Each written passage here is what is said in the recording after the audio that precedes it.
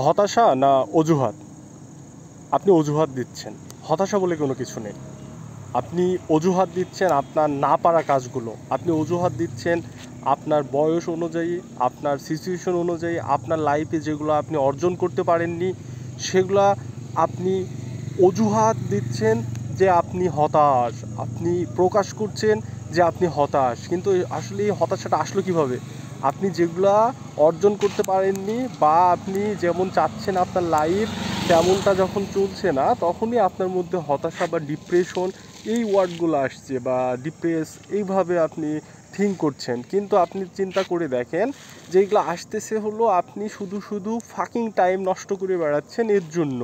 হতাশা কখনো একজন হার্ডওয়ার্কার ম্যান যায় হার্ডওয়ার্কিং করতে পারে, তার কাছে কখনো হতাশার জায়গাই নেই, বা তার কাছে কখনো হতাশা আসবেই না। এবং হার্ডওয়ার্কার ম্যানই জীবনে কোনো কিছু করতে পারে আপনার লাইফে বা আপনার আশেপাশে, বা আপনার জীবনে জ্ঞান অর্জন করার সময় যেই সকল আপনি সফল ব্যক্তিগুলোকে দেখেছেন তাদেরকে দেখবেন তারা সবসময় হার্ডওয়ার্কিং ম্যান ছিল। কখনো তারা এমন ছিল না যে ফাকিং সময় নষ্ট করে বেড়াইতো, ফাকিং সবসময় কাজকর্ম করে বেড়াইতো যেগুলো দ্বারা তার জীবনে কোনো উন্নতি হবে না, এই ধরনের কোনো কাজকর্ম সে করে বেড়ায় না। সবসময় সে তার নিজের বিজনেস কিভাবে ভালো হবে, নিজের লাইফে স্কিল কিভাবে গ্রো করবে, সেই স্কিলের মাধ্যমে কিভাবে আর্নিং হবে, এই সকল বিষয় নিয়েই তার চিন্তা ভাবনা বা তার চলাচল থাকে।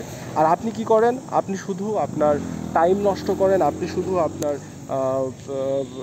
যে ফ্রি টাইমগুলো থাকে, আপনি জব করেন বা আপনি স্টুডেন্ট হন বা আপনি আদার্স যে কোনো সেক্টরে কাজ করেন না কেন, আপনার কাছে যে সময়টা আছে, আপনি বেকার হলে তো আরও ভালো, আপনার কাছে অনেক সময় আছে। তো বেকার সময়গুলোকে হতাশাগ্রস্ত না থেকে, বেকার সময়গুলোতে হতাশাগ্রস্ত না হয়ে আপনি বেকার সময়গুলোকে কাজে লাগান। আপনি বেকার আছেন মানে আপনার কাছে হিউজ সময় আছে, যেগুলা অনেক মানুষ যেটা পারবে না সেটা আপনি পারবেন। দেখেন যে অনেকে জব করে, জব করার কারণে সে বিভিন্ন বিজনেস করতে পারে না। সে অনেক অলওয়েজ থিঙ্ক করে যদি সে বিজনেস করতে পারতো, কারণ বিজনেস মানুষকে ভালো জায়গায় সবসময় নিয়ে যায়। বিজনেসই একমাত্র পন্থা যেটার মাধ্যমে মানুষ একটু ভালো কিছু করতে পারে। তো আপনি হতাশ না হয়ে সেই সময়গুলোকে কাজে লাগিয়ে বিজনেস করেন, অথবা অন্য কিছু করেন, অথবা অন্য কিছু করেন, অথবা অন্য কিছু করেন। তার মানে আপনি স্কিল গ্রো করেন বা আপনি কোনো কাজের মধ্যে নিজেকে জড়িয়ে ফেলেন, সেটা আপনার হতাশা অটোমেটিক কাটিয়ে উঠবে। কারণ যখন আপনি কাজ করবেন বা স্কিল গ্রো করবেন তখন আপনার মধ্যে সেলফ কনফিডেন্স হবে। আর যখন আপনি ফাঁকিং সময় নষ্ট করে বেড়াবেন আর আপনি আত্মীয় স্বজনের বাসায় যাবেন, আপনাকে মূল্যায়ন করবে না, আপনার ফ্যামিলিতে আপনাকে মূল্যায়ন করবে না, ফ্রেন্ড সার্কেল আপনাকে মূল্যায়ন করবে না,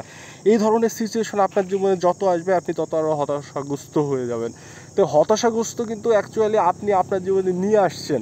ওই সময়গুলা তাদের কাছে না যে, ওই সময়গুলা তাদের ফ্যামিলিতে না যে, ওই সময়গুলো ফাকিং গার্লফ্রেন্ড বা বয়ফ্রেন্ডের সাথে সময়গুলো নষ্ট করে, ছেলে মেয়ে উভয়কেই বলা হচ্ছে। কারণ মেয়েরা যে কিছু অ্যাচিভ করতে পারে না এমনটা না, বর্তমান পৃথিবীতে মেয়েরা এমন কিছু বিষয় অ্যাচিভ করছে যেগুলো অনেক সময় ছেলেরাও পারছে না। কারণ মেয়েরা কোন ফিল্ডে বর্তমান বিশ্বে নেই। সো মেয়ে আর ছেলে বলে কোনো পার্থক্য নেই প্রফেশন লাইফে। ওকে, চিন্তা ভাবনার ক্ষেত্রে অনেক কিছু হতে পারে, ধর্মীয় মতামত অনেক কিছু হতে পারে, তবে প্রফেশনাল লাইফে একটা মেয়েও যেটা করতে পারে একটা ছেলেও পারে, বা একটা ছেলেও যেটা করতে পারে একটা মেয়েও সেটা করতে পারে। সো আপনি প্রফেশনাল হিসাবে সবসময় চিন্তা করবেন। আর প্রফেশনাল হিসাবে চিন্তা করতে হলে আপনাকে একা থাকতে হবে, নিজের সাথে কথা বলতে হবে, নিজেকে জানতে হবে, নিজের মধ্য থেকে আইডিয়া তৈরি করতে হবে, যে আইডিয়া আপনাকে ভালো জায়গায় নিয়ে যেতে পারে এই ধরনের কোনো আইডিয়া তৈরি করতে হবে আপনাকে। সো একা থাকা শিখেন। ডিপ্রেশন আসতে দিয়েন না জীবনে। ডিপ্রেশন তখনই আসবে যখন আপনি কোনো কাজে নিজেকে জড়িয়ে রাখবেন না, শুধু আপনার ফাঁকা সময় রাখবেন আর এগুলা নিয়ে ভাববেন। ওটা নিয়ে না ভেবে নতুন একটা কাজ নিয়ে ভাবেন, তাহলে আপনার দেখবেন ডিপ্রেশন থাকছে না। তো কিপ গোয়িং অলওয়েজ চেষ্টা করে, কিপ গোয়িংয়ের যারা অডিয়েন্স আছেন, যারা ফলোয়ার আছেন বা সাবস্ক্রাইবার আছেন, সবসময় চেষ্টা করে তাদেরকে মোটিভ করার জন্য, তাদের জীবনে কী করা প্রয়োজন সেই বিষয়গুলো বাস্তবতার সাথে আপনার সামনে তুলে ধরার চেষ্টা করে কিপ গোয়িং। তো আপনি যদি মন চায় আমার ভিডিও যদি দেখতে আপনার ইচ্ছা না করে, আপনি এই সময়ও নষ্ট করেন না, আপনি কাজে লেগে যান যায়। ওকে, আমার ভিডিও আপনাকে দেখতে হবে এমন কিছু না। আমি এই ভিডিও নট ফর আমার প্রফেশন।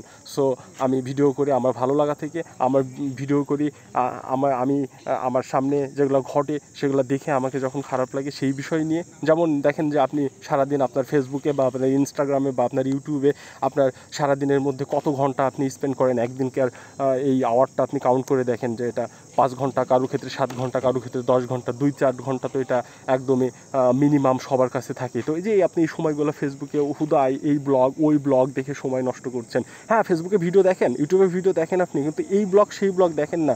যেরকম ভাবি রান্না করছে ওইটা দেখছেন, ভাবি ঘর ঝাড় দিচ্ছে ওইটা দেখছেন, ভাবি এটা করছে সেটা দেখছেন, ভাবির ফ্যামিলিতে ভাইয়া কী করলো সেটা দেখছেন, ভাবি ভাইয়া মিলে খাটে কীভাবে বেলুন টাঙাচ্ছে সেটা আপনি দেখছেন। ফালতু ফাকিং ম্যান, আপনি এগুলো কিসের জন্য দেখছেন? আপনি এই সকল ভিডিও দেখে শুধু তাদের ভিউজ বাড়াই দিচ্ছেন। তারা আপনার ভিউ থেকে রেভিনিউ জেনারেট করছে এবং সেই রেভিনিউ থেকে তারা তাদের লাইফস্টাইল আরও উন্নত করছে। আর আপনি ফাকিং ম্যান ওইটাই দেখে যাচ্ছেন, আর আপনার সময়গুলো ফাকিং টাইমের মতো নষ্ট করছেন। আপনার সময় কখনো ফাকিং না, আপনার সময় অলওয়েজ মূল্যবান।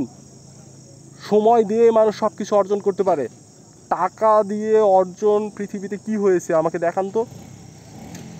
প্রথমত আপনাকে নিজের বুদ্ধি নিজেকে দিয়ে প্রথমে সিদ্ধান্ত নিতে হয়েছে, এরপরে আপনার টাকা যতটুকু আছে আপনার কাছে সেইটা অনুযায়ী আপনি কোনো প্রোডাক্ট নিয়ে বিজনেস শুরু করেছেন বা কোনো কিছু আপনি শুরু করেছেন, যে আপনার ইনভেস্টমেন্ট যত আপনার কাছে আছে সেটা নিয়ে। বাট আপনাকে প্রথমে নিজেকে জানতে হবে, নিজেকে বুঝতে হবে, নিজেকে সময় দিতে হবে। সো সময় খুবই ইম্পর্টেন্ট বিষয়। এটা ফাকিং হিসাবে টাইম নষ্ট করার জন্য সময় না। সময়টা হলো অলওয়েজ নিজেকে উন্নতি করার জন্য, সময়টা হলো অলওয়েজ ফ্যামিলির ভালো করার জন্য, সময়টা হলো অলওয়েজ নিজেকে একটা ভালো পজিশনে নিয়ে যাওয়ার জন্য, যেখানে মানুষ আপনাকে কল্পনাও করেনি যে আপনি এরকম একটা ভালো পজিশনে যেতে পারেন। এটা হলো আপনার জীবনে বেস্ট একটা রিভেঞ্জও হবে, কারণ সফলতাই সব থেকে বেস্ট রিভেঞ্জ।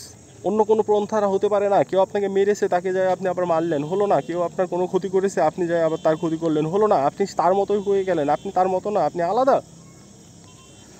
আপনি আলাদা এবং আপনার রিভেঞ্জ হবে, আপনি তার থেকে অনেক ভালো কিছু করবেন। সে যেটা জীবনে কোনো কল্পনাই করেনি সেটার থেকেও আপনি ভালো কিছু করবেন। এটা হলো আপনার রিভেঞ্জ হবে। আর এই রিভেঞ্জটাতেই মজা। আপনি যদি রিভেঞ্জ নেন এমন যে কেউ আপনাকে গালি দিয়েছে, আপনি তাকে গালি ছুড়ে দিলেন, কেউ আপনার নামে কটু কথা বলেছে কারোর সামনে, আপনি যে তার নামে আবার কটু কথা বললেন, তার ফ্যামিলির নামে বললেন, তার বিষয় সম্পর্কে খুঁজে বেড়াচ্ছেন, এগুলো তো ন্যারো মাইন্ডের মানুষ। ন্যারো মাইন্ডের মানুষ কীভাবে ভালো কিছু করবে? কেউ আপনাকে কটু কথা বলেছে বলুক, সেটা তার স্বভাব, তার বিচার, তার ব্যক্তিগত শিক্ষা। বাট আপনি যখন বলে দিচ্ছেন সেটাও তো তাহলে আপনার তার মতোই হয়ে যাচ্ছেন। তো আপনি তার মতো হতে হবে না। আপনাকে কটু কথা বলেছে, আপনাকে নিয়ে যা ইচ্ছা তাই বলেছে, আপনার ফ্যামিলিতে যা ইচ্ছা তাই বলেছে, আপনার আত্মীয় স্বজন আপনাকে যা ইচ্ছা তাই বলেছে, মূল্যায়ন করেন, যা ইচ্ছা তাই করেছে। জাস্ট একবার একটা বুম দরকার আপনার। একটা বুম মানে আপনি ভালো কিছু করতে হবে। আপনাকে কোনো একটা সেক্টরে আপনাকে কোনো ভালো জায়গায় নিয়ে যেতে হবে। সব রিভেঞ্জ, সব রাগের রিভেঞ্জ, সব কিছু আপনার সেই সফলতাটাই ব্যাক করে নিয়ে এসে দিতে পারে। ভালো থাকবেন, কিপ গোয়িং। আজকে এই পর্যন্তই আপনাদের সাথে। Stay connect with keep going. Allah Hafiz.